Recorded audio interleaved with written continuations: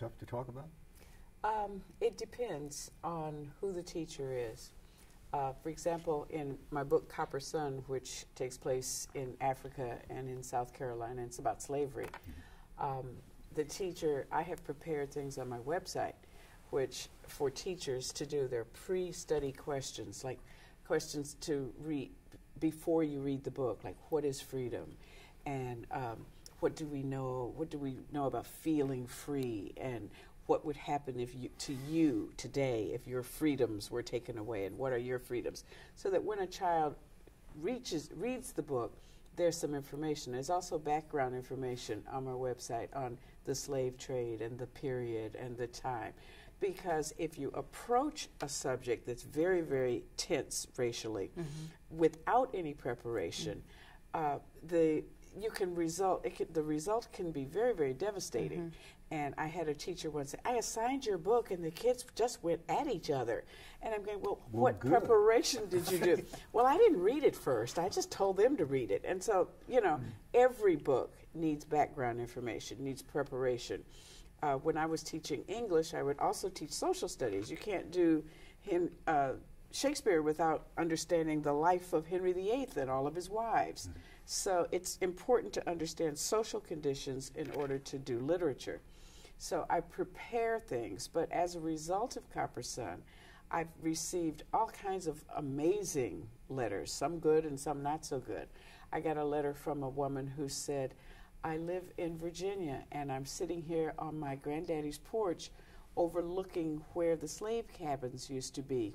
And I read your book and thank you for releasing me from the guilt. I wasn't there, but your book released me from the guilt. And that was really powerful. And I got to meet her later. It was just from an email.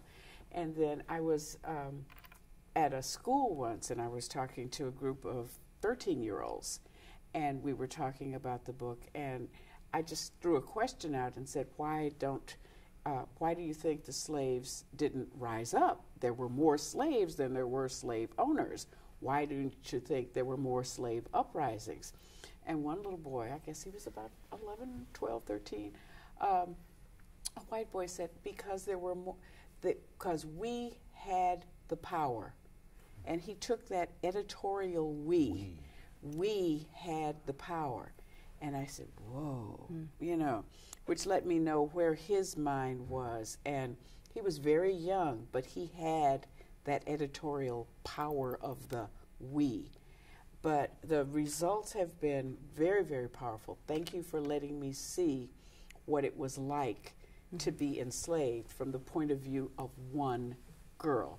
I couldn't do all of the slaves. Like, I think everybody's books deal with just one character. One experience. You can't deal with slavery. You can't deal with war. You can't deal with civil rights. But you can deal through the view of the camera of one girl, through the eyes of one girl who was a slave and how it affected her and how she felt.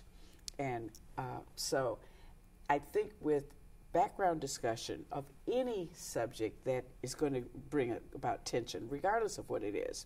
If it's a socially tense subject, a teacher needs to first do some background study, do some background information for any book in order to make it so that students understand it and can accept it and are open to all the ideas in the book.